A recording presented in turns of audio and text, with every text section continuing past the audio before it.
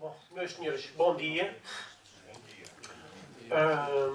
O que me traz aqui, como podem ver, a ocupação temporária de Médio Tejo, entre conquista, povoamento, reorganização territorial. Antes de mais, cumpre agradecer a algumas pessoas. Um trabalho nunca é um ato isolado, a investigação nunca é um ato isolado, mas é sempre às vezes a partilha, o conhecimento, as achegas que são dadas, e às vezes essas achegas vêm sob as mais diversas formas. Se calhar eu faria uma coisa que também aqui o Dr. Nuno Villamariz fez. 2 ou 3 considerandos sobre a própria Câmara Municipal. Além de agradecer ao Sr. Presidente, ao Dr. Fernando Freire, à sua vereadora Marina Honório e aos funcionários que hoje estão aqui a apoiar, convém chamar a atenção de que estamos a falar de uma Câmara que não tem a força do orçamento das grandes câmaras de Lisboa e do Porto. A Câmara de Lisboa tem cerca de 1.200 milhões de orçamento, nem pouco mais ou menos é um orçamento da Câmara de Barquinha. Não obstante, resolveu fazer este centro de interpretação. Isto é fruto de quê? Uma estratégia da decisão dos resultados que têm que se ver e que estão à vista de todos. É resultado das decisões políticas, independentemente das cores políticas que estejam ou que venham a estar em causa, e é também resultado de algo que eu há bocado perguntei informalmente, fiz uma pergunta informal ali ao Dr. Manuel Gandra, que ele fez o favor de me responder, mas enfim, a introspeção que 2 pessoas, neste caso, Manuel Gandra e Teresa Furtado, depois da introspeção que elas fizeram, resolveram proceder a doações. Chama a atenção a isto porquê? Porque uma Câmara Municipal, às vezes a maior parte das pessoas tem sempre este: a Câmara não faz porque não quer. Podia ter feito e não fez. Então, pensar, planear, orçamentar, cabimentar, não é assim do pé para a mão. Uma Câmara não funciona como um de nós a dizer: apetece-me comprar aquele livro. Não é bem assim que isto funciona. Ainda para mais que se é um livro antigo, se é um manuscrito, se está em leilão, tanto o livro como o manuscrito, é muito mais complicado. E a Câmara não vai comprar, adquirir peça a peça. É extremamente complicado. Eu, no meu serviço, perdi uma doação referente às festas populares de Lisboa por, vamos falar, dificuldades de entendimento da nossa parte, que não do ofertante. Entretanto, essa pessoa faleceu. Eu não sei onde é que andam os seus 32 volumes que tinham tudo sobre os últimos 26 anos das marchas populares de Lisboa. Estava lá tudo. É um acervo, uma coisa fantástica. Como fantástica é o que aqui está e que realmente se deve a esta doação. É muito mais fácil, neste caso, a uma Câmara proceder em reunião própria, que é levada a cabo, e proceder se aceita ou não aceita. Obviamente, sou um doido que não aceitaria as doações que foram feitas por estas 2 figuras, mercê destas introspeções, dessas reflexões. Depois é pensar realmente, ter essa estratégia e lembrar que há cartazes interessantíssimos, seja na A1, seja naquela baratíssima A23, seja, por exemplo, às entradas da Barquinha, a dizer: venha descobrir o segredo templário. É uma frase que dá para tudo, mas é uma frase muito simples, pequena, muito dirigida, e pelo que eu tive a ouvir, já falando com quem de direito, parece estar a resultar em pleno agora nas contas mensais da autarquia, com o número de visitantes. A Barquinha está localizada onde? Realmente no Médio Tejo. É uma autarquia médio-tagana que tem todos os defeitos e virtudes deste somatório de culturas, destes modos de viver, destas maneiras de estar que se vão cruzando, que se vão sobrepondo. Quem cá está a viver transmite a quem vem, transmite a quem visita, e isto vai sucedendo desde períodos inenarráveis, pelo menos desde os romanos até quase aos nossos dias. No dizer do Manuel Conde, aqui o Médio Tejo é uma placa giratória. E é. Até a nível militar é uma placa giratória, se pensarmos na zona de Abrantes, se pensarmos em Santa Margarida e naquele cantinho lá em cima em Tancos, que tanto tem que dar de falar por razões menos boas. Mas é realmente, estamos numa placa giratória aqui, o Médio Tejo, e que interessa realmente potenciar. Graças a Deus o Dr. Nuno Villamariz abriu o caminho. É só chamar-vos a atenção para este início do mito com publicações, às vezes inócuas, que saíram em França em 1805 ou em 1815. Nós fomos acordados com uma realidade que era nossa através da tradução de um livro, Os Templários de Templiers sont parmi nous, Os Templários estão entre nós, de Gérard de Sède. Esta é a edição mais recente francesa. E como o Dr. Nuno Villamariz referiu muito bem, as publicações académicas não chegam, ou chegam mal, ou chegam-nos às vezes provenientes de doações, como é o caso da que formou aqui em cima este Centro de Interpretação. A essas juntam-se, por exemplo, as do Congresso de Troyes em 2012 e, mais recentemente, estudos muito próprios também, o caso de Templiers da Valeur ou os Templários em Perugia, que vêm sendo realizados. Não nos podemos esquecer da Câmara Municipal de Palmela, um outro exemplo, que se firmou também no panorama das ordens militares, que cumpriu este ano, em junho, o 8º encontro. Isto começou em 1989, com uma regularidade que arrepia, porque estamos em Portugal, e isso convém dizer, e neste momento Palmela é talvez, é considerado a reunião, o ponto de encontro mais importante da Europa, talvez do mundo, no estudo das ordens militares. Isso realmente quer dizer qualquer coisa. Podemos passar até à banda desenhada, para ver gente a estudar, neste caso, o Tintim, mas podemos também... Já agora, desculpem, deixem-me só ver... o rato não passa para aquele lado. A imagem, eu esqueci-me da ponteira. Podemos ver, por exemplo, no caso do Tintim, a apropriação de uma marca para divulgar uma Michoane, uma mescla entre o Tintin e o Trésor des Templiers, mas ao mesmo tempo vejam a edição. German. Às vezes as conotações, enfim, são interessantes e podem dizer mais algo. Mas enfim. Vamos ao que interessa, e se calhar o que interessa começou realmente mais a sério no período romano. Começou mais a sério no período romano porquê? Pelo simples facto de que eles pensavam o território, eles ordenavam o território e faziam aquilo que se calhar nós hoje ouvimos muito falar. Meios de comunicação. Havendo meios de comunicação, estradas, calçadas, pontes, nós temos o acesso mais facilitado. Em última análise, colocamos um exército com maior rapidez num determinado ponto para o caso de haver um motim ou uma revolta. Dizem que nós não nos governamos nem nos sabemos governar. 900 anos depois estamos aqui. Enfim, a coisa vai correndo. Estamos aqui onde? Estamos neste convento, aqui na Lusitânia, onde, aqui é que me faz mesmo falta a ponteira, onde surge ali a meio do desenho Célio, a tomar do período romano. Que é melhor aqui, a meio do mapa, há esquecimentos que às vezes não se devem ter. A falta de uma ponteira é uma coisa terrível. Mas enfim. Não me diga que tem uma ponteira. Ou uma boa. Pode tentar ser bem municipal mesmo. Como é que se diz? É ligar e desligar este botão?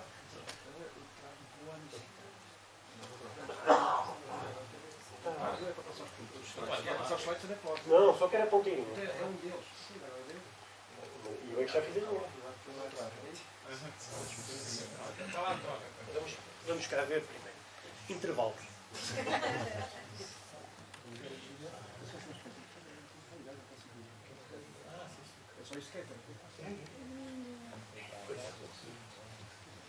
Já me salvou amanhã. Muito obrigado. Estar a chamar a atenção para tomar a Célio, encontra-se neste ponto, que é um ponto importante. É um ponto de encontro das vias de norte para sul, de sul para norte, mas também os caminhos que mais tarde vão seguir para Ponte Sor, para o Gavião, para a zona do Arrepiado. Tomar serve ainda de cruzamento para quem vai, por exemplo, para Leiria, para a Marianaia, portanto atravessa da margem direita para a margem esquerda e segue em direção à Marianaia.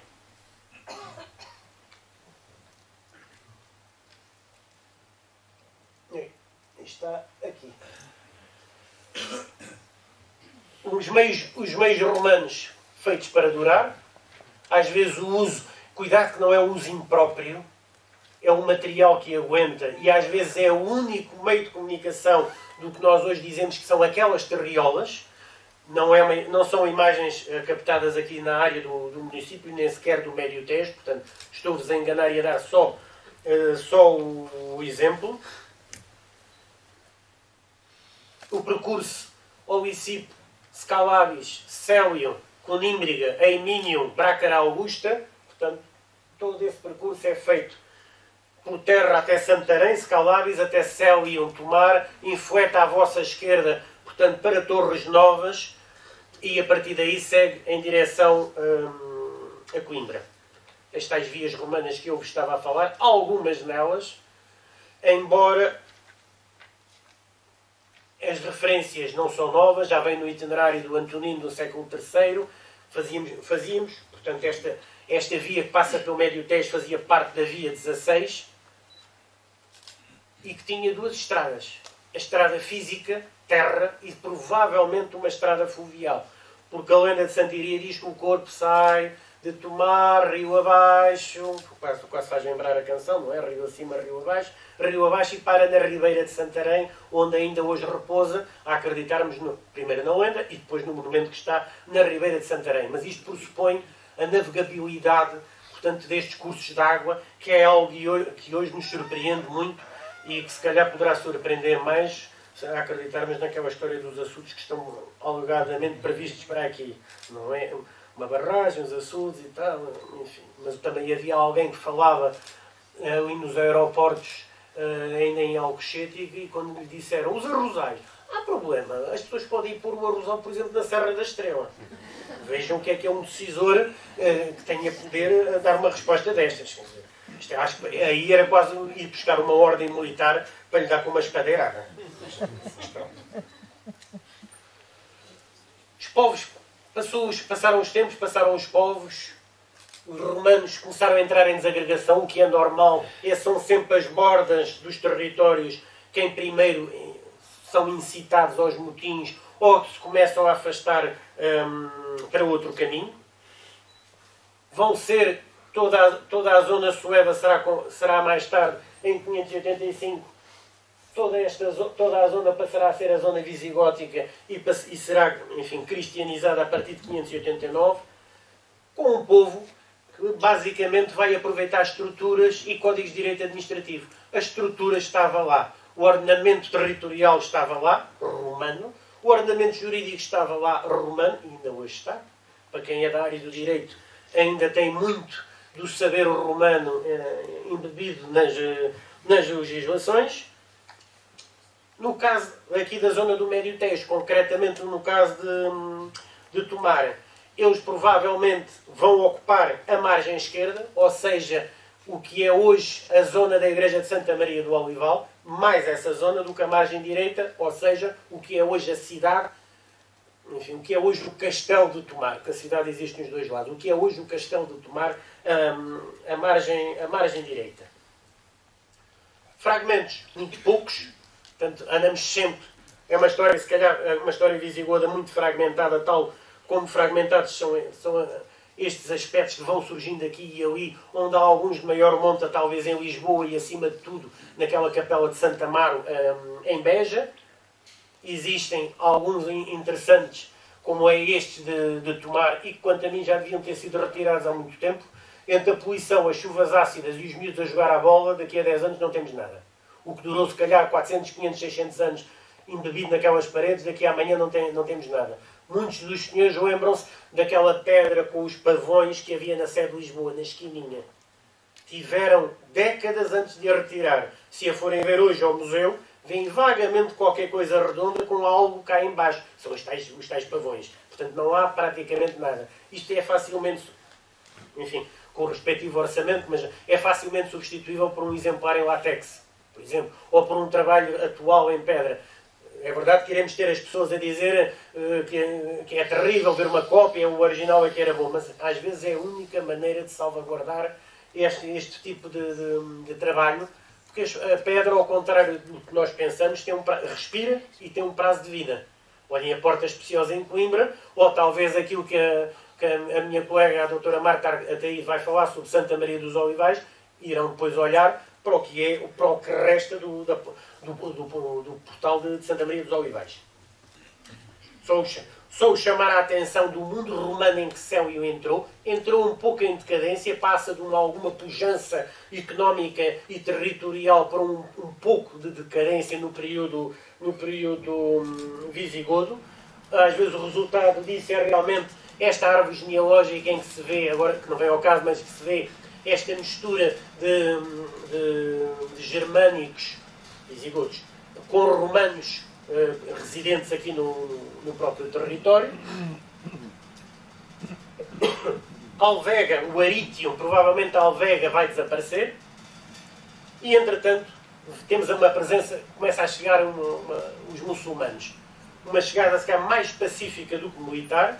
Uma chegada de um povo que admite outras religiões, desde que paguem, se calhar, o seu tributo. E a conversa fica muito bem por aí. Provavelmente aquele topónimo em Tomar dos 100 solos poderá mostrar esse reflexo de um tributo. Eu pago o imposto e continuo a rezar à minha fé, que não a muçulmana. Há um incremento de toda a zona do Médio Tejo graças às novas técnicas, à nova tecnologia, a Nora, a azenha, a introdução da vinha, da figueira, da oliveira.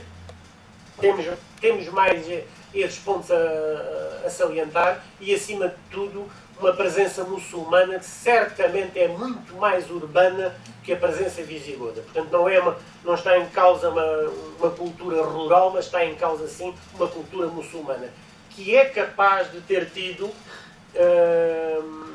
só chamar a atenção da presença muçulmana e também do nível viário, mas... Já agora desculpem.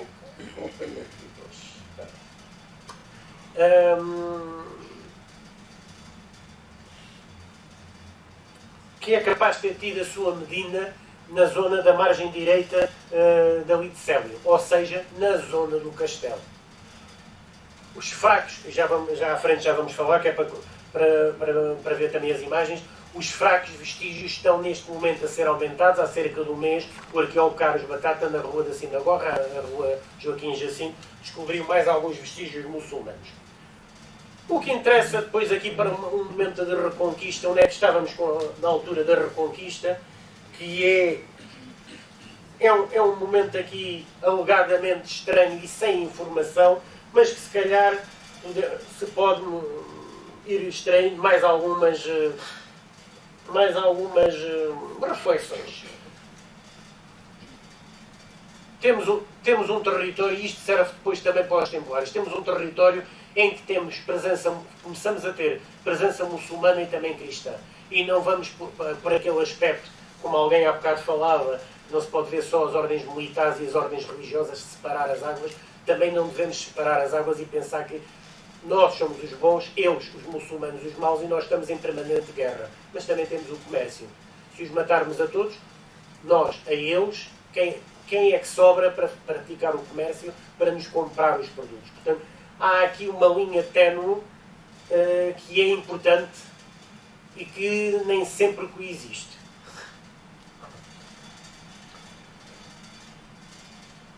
Onde é que temos a linha da reconquista? Onde é que temos já está para aqui. Onde é que temos a linha da reconquista em 1135? Nesta zona. Isto é importante. É importante porque está em causa neste momento o Condado Portucalense, a zona sul. Ou seja, os campos férteis de Conímbriga, se quiserem, de Conímbriga e Coimbra, acima de tudo de Coimbra. E em 1130, 1135, a fronteira está aqui. O que é que vai acontecer aqui neste senão? Tenta-se consolidar as fronteiras, pelo menos em 1130, por volta de 1130. Entram os templários com a doação de Soura neste período. E eles são uma presença importante, porque têm um castelo que se calhar é muitíssimo pouco vulgar, ou se quiser é ímpar, e que foi estudado pelo Dr. Nuno Villamariz, porque é um castelo de planície. Estamos habituados a ver os castelos lá em cima e nós estamos cá em baixo a olhar para eles, realmente a admirá-los. E aquilo é um castelo de planície. É e fica no caminho, neste eixo de penetração de sul para norte, ou se quiserem, de norte para sul. Mas interessa defender as fronteiras e este é um castelo de defesa fronteiriça. Estamos numa zona muito flutuante ainda do terreno. Ora é meu, ora é teu e temos de ter sempre este cuidado porque isto aqui é uma zona, é um campo muito bom para as algaras, para os fuçados, para as presúrias. Em 1137 houve um infortúnio em Tomar. O que é certo é que eles conseguem avançar com o território até 1130, até 1130-35 aqui.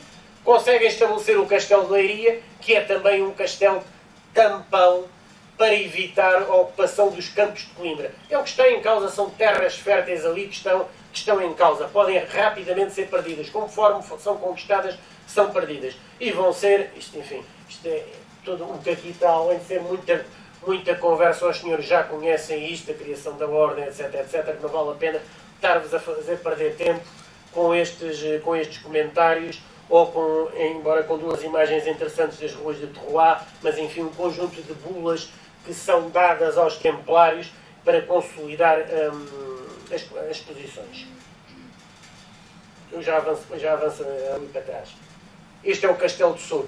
As duas paredes, o que resta do Castelo de Sor, mas esse tal Castelo de Planície.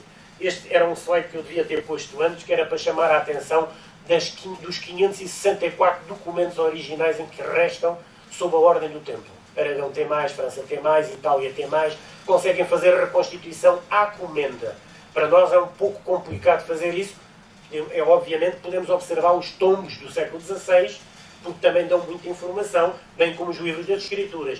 Agora, os documentos originais não são assim tantos, porque a documentação foi destruída. Os incêndios, enfim, sabem certamente como isso é. Dois pormenores aqui para a criação, por causa da criação da ordem do Templo. Que recebe o castelo em 1128. Criado em 1120, em 1128 ocorre o concílio de Terroir e em 1128 é feita a doação do Castelo de Sor. O Hugo de Pan, ou Hugo de Payan, vem do Médio Oriente, do Oriente Latino, para a Europa com mais 5 cavaleiros. É nesse período de tempo que é criado, então, que é feito a regra, o normativo da Ordem do Templo. Vamos falar das coisas de outra maneira. Já pensaram qual será a preocupação e a maneira de estar e o sentir estar de cavaleiros, de militares, de cavaleiros ocidentais na Terra Santa? Não eram muitos, não vão ser 9, obviamente ninguém vai acreditar nos 9 cavaleiros, porque ele a ter vindo, ele e mais 4 ou 5 cavaleiros para a Europa, aquilo ficava sem ninguém, né? Restavam 2 ou 3. Portanto, acredito que sejam mais. Guiados por quê? Não têm regra. Estão fora de contexto. Educados numa França, certamente, estão fora de contexto. Com outros usos, com outros costumes, com outra maneira de trajar, com outra forma de viver, com outras comidas. Pensem realmente nestas pessoas que se sentem completamente, se calhar, à toa. Embora tenham a fé, mas é uma fé muito dura de viver.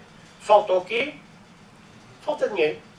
Aquilo que, por muito pobres que sejam, há necessidade de dinheiro para começar a construir nada mais do que, por exemplo, castelos. Faltam doações, e é a partir do concílio de Terroir que começam as doações. Algum dos senhores vai fazer oferta de alguma coisa, se não tiver por trás a certeza de que existe uma estrutura capaz de acolher e de governar essa doação.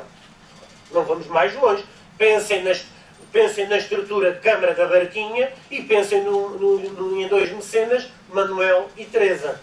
Eles não fariam a doação se não tivessem certeza que há uma estrutura preparada para receber e para fazer a boa gestão, a boa governança dessas doações.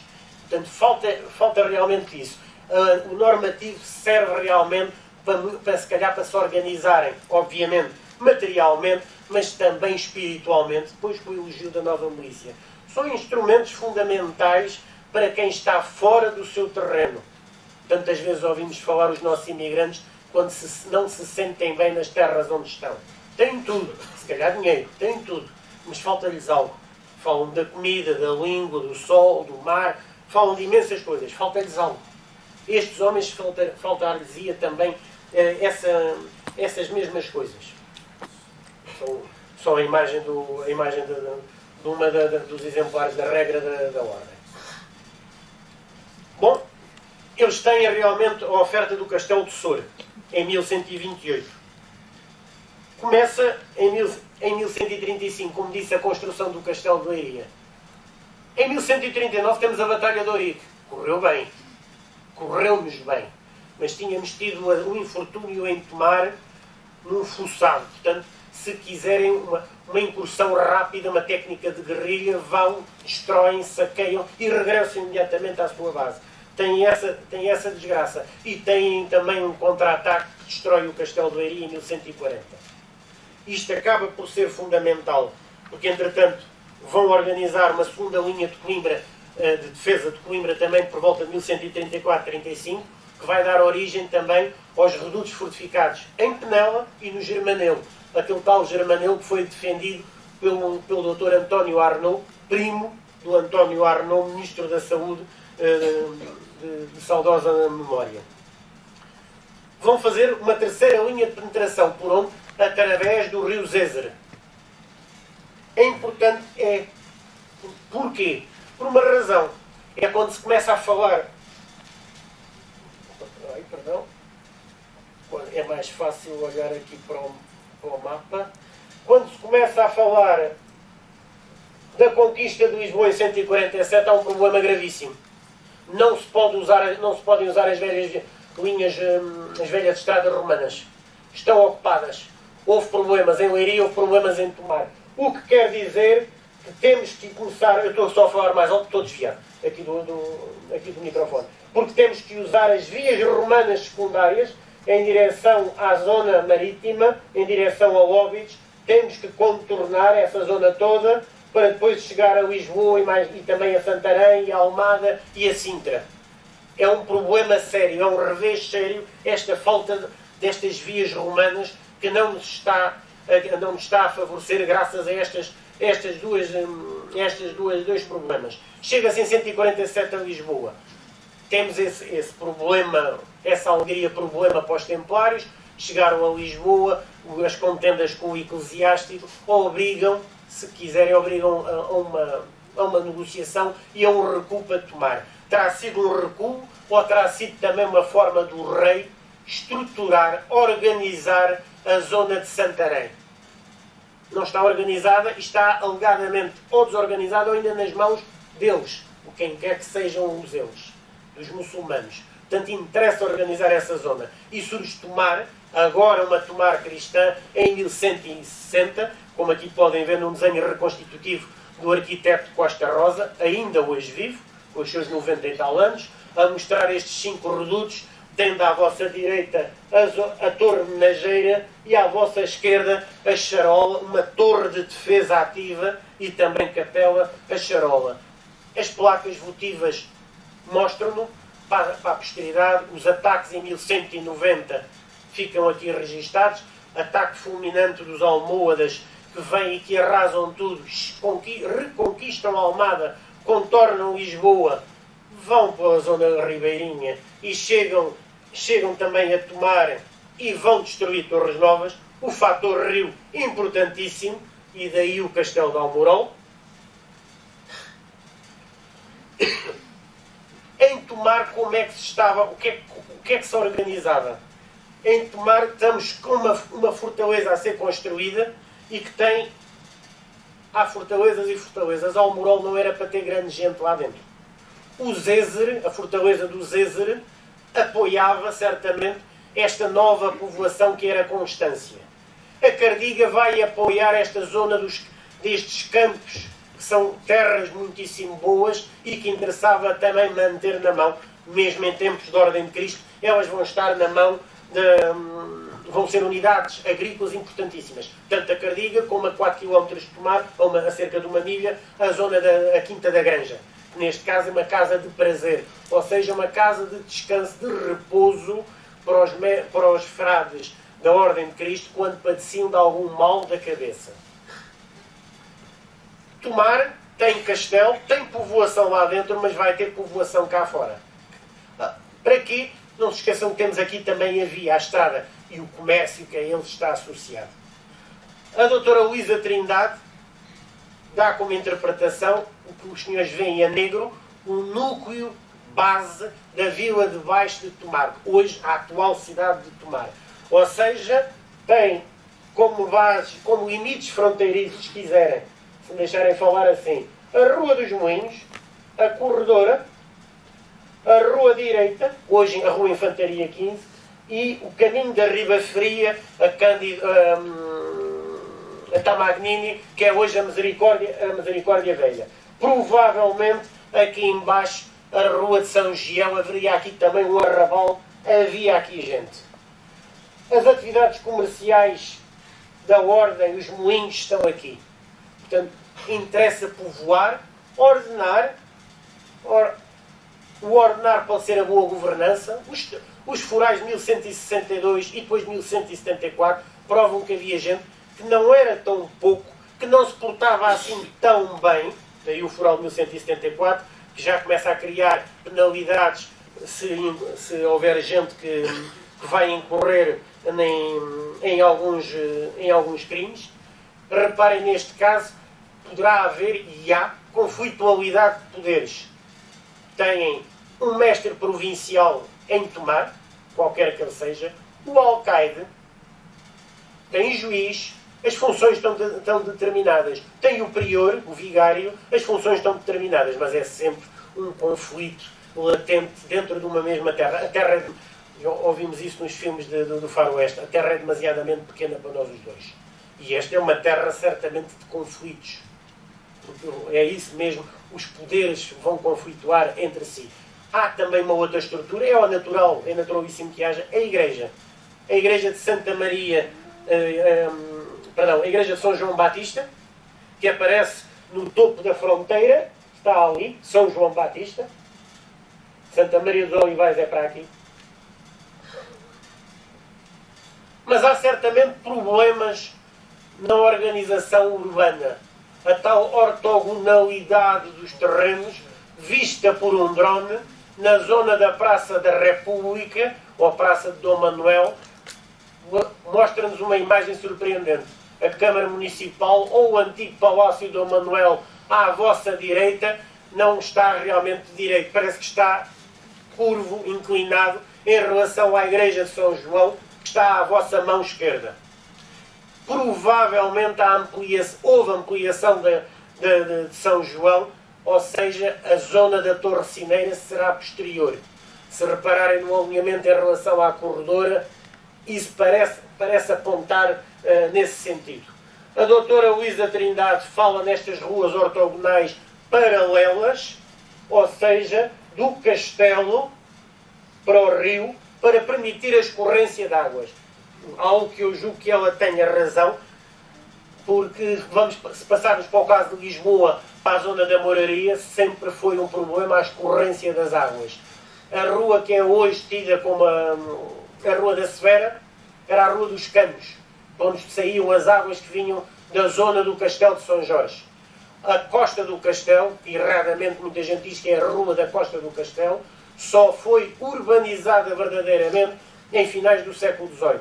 Problema, as terras, a escorrência das águas e os deslizamentos de terra. Pela essa ordem natural de ideias, as ruas aqui do pé da costa poderiam sofrer desse problema de deslizamentos ou, se quiserem, de desmoronamentos deste monte do castelo. Caso semelhante acontece em Espanha, na zona de Monzón. Há alguns problemas, para além do facto do castelo ser feito em tijolo. Portanto, há o próprio desfazer do tijolo. Mas há também esse medo, e já tem acontecido, leves deslizamentos de terra. Claro que também permite a subida das águas. Mas pronto, a inundação em Tomar em 1909. aqui é baseado nos estudos do Lacerda Machado. O arquiteto Sotero fez esta projeção em 3D, portanto a mostrar que a Vila de Baixo, conforme o Lacerda Machado diz, começou na Rua do Pé da Costa e depois é que foi avançando para toda a atual vila, todo o centro histórico de Tomar. Dentro do castelo, a Torre Menageira, vista da charola, a altura, há uma diferença de alturas de 1 metro e tal, com uma das estruturas mais importantes e inovadoras, além da torre de homenagem, o alamor, que permite ataques, que permite evitar que o atacante chegue muito próximo das muralhas ou das torres. É interessante a pessoa falar, ou começar a pensar em falar, como é que se construía na época, e que às vezes se consegue ver através da boa banda desenhada. Faz parte da coleção do Alix, que tem subcoleções, neste caso a Casterman editou este Etampelier. E o Correia de Campos, há mais de 50 anos, falava, olhando para este grafito, que isto era de origem muçulmana. Na altura chamaram-lhe um conjunto de nomes assim mais ou menos interessantes, mas que talvez ele tenha razão. Porque foi encontrada vestígios muçulmanos perto da zona da Torre de Homenagem, portanto no Paço do Infante, o que aponta pelo menos para conflitos, a ser verdade em 1190, para tiro de artilharia, de catapulta, porventura, aqui ao pé da charola. Portanto faria um tiro nesta direção. Uma vista geral de todo os 144 mil metros quadrados do Convento de Cristo, onde sobressai essa torre defensiva, a charola, e depois toda a zona da vila de dentro. Eu vou passar as imagens muito interessantes, mas já agora lá à parte, é verdade, professor Manuel Gandra, que às vezes os factos, e dito muitas vezes, passa a ser verdadeiro.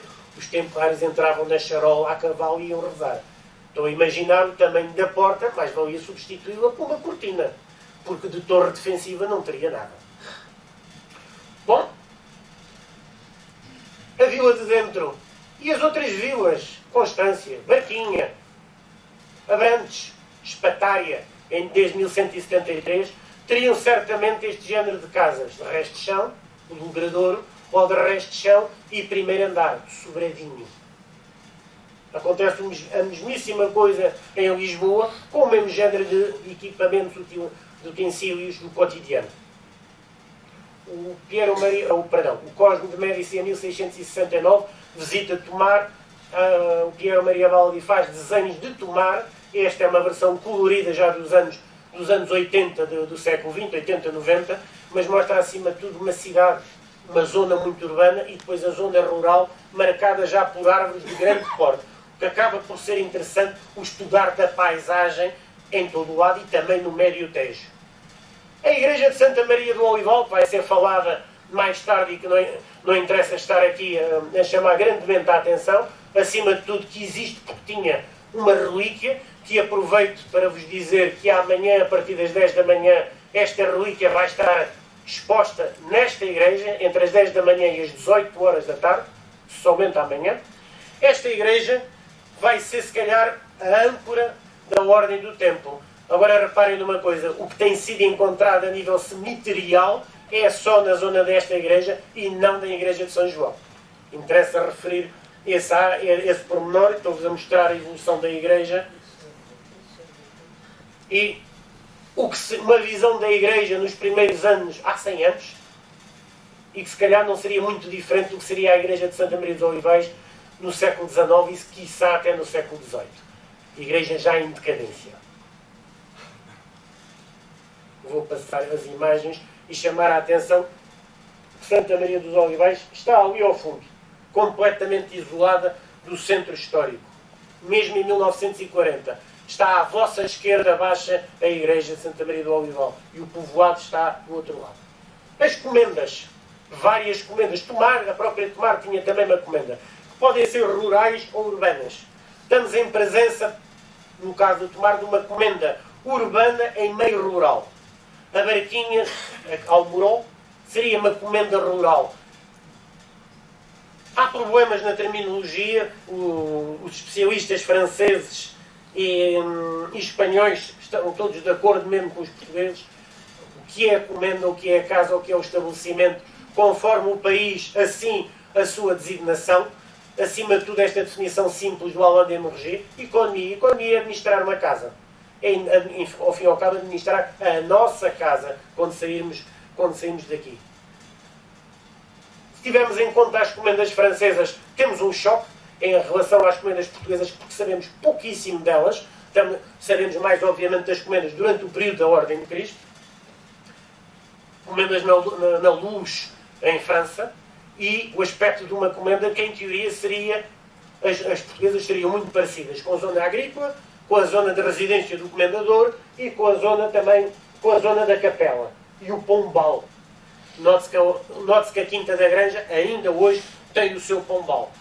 Perspectivas de arqueologia diferentes nas imagens de cima, na de baixo, e as escavações que permitiram, por exemplo, achar o chão da igreja da comenda de Pan, em reconstituição, mas melhor que uma reconstituição é olhar para a comenda d'Avaleur, em França, que está em muitíssimo bom estado, seja a parte templária, seja depois a parte hospitalária, que aqui se pode ver. Mas a parte templária, a igreja está quase em estado de origem, praticamente, e deu resultados maravilhosos, mesmo olhando hoje em drone em vista aérea, realmente ficamos absolutamente fascinados com esta comenda. Cardiga, uma zona de produção, uma zona agrícola com terrenos extremamente aráveis. Lembrem-se que os muçulmanos já tinham esta história, já pensavam na irrigação, nas cheias regulares do Tejo, que praticamente vieram até aos nossos dias. Lembram-se da história da repórter de uma cadeia de televisão nacional há 3 ou 4 anos, quando a zona ali próxima de Santarém foi invadida pelas águas. Não está muito aflito. Não.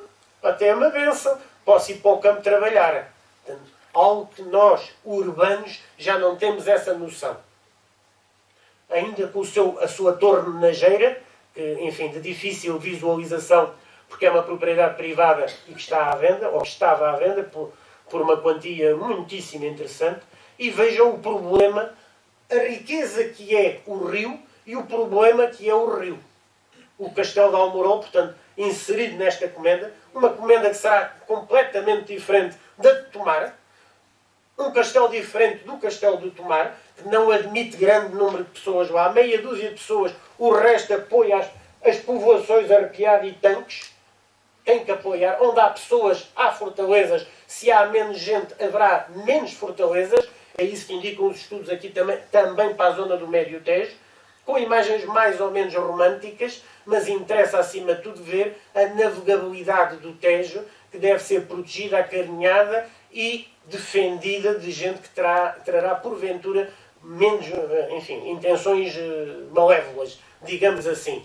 E não se esqueçam do caminho que vem, se quiserem, de Évora, se quiserem, da zona sul de Portugal, e que vai passar por Coruche, por Santarém, e isso, porventura, vai passar para a zona navegável do Tejo. Ou seja, estamos a falar também dos caminhos de Santiago, que normalmente as pessoas pensam que começa em Lisboa, e o José Falcão tem feito as investigações com a sua equipa e mostra realmente os 3 caminhos alentejanos que passam pela zona marítima, pelo centro e pela zona de Évora, que confluem na zona de Évora, vão a Coruche e, em princípio, de Coruche vão entrar pelo Tejo. É uma componente que não nos devemos esquecer. A navegabilidade do Tejo, mais fácil de defender. Quem vai para norte, mais fácil de defender os mercadores que, porventura, tenham produtos para irem para norte ou para escoar para sul, para essa urbe que se está a desenvolver, que é realmente Lisboa. Reparem a Atalaia de Dornes. Essa sim já a defender uma pequena povoação, também ela de difícil acesso, de drone é muito fácil, em imagem é extremamente difícil, repare-se o acesso entre o rio e a própria água, e Constância, que está alegadamente defendida pelo castelo que já não existe. O tal castelo de Osesere. Já está. Non è il suo tema e c'è anche E una considerazione per quello che ha da parlare parla da cose che non sono il suo tema. Lui ha scelto bom, continuando, só para vos mostrar,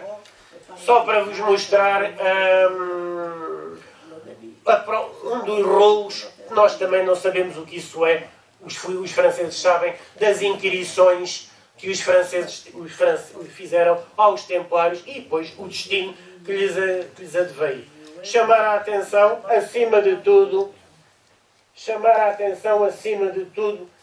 para dois eixos importantes e permanecerão importantes. A defesa da raia e a defesa também desta estrada entre o norte e o sul. Portanto, é a Gardinha, Pombal, Sor, em direção a Lisboa, Santarém e depois aqui que passa também por Tomar. Muito obrigado.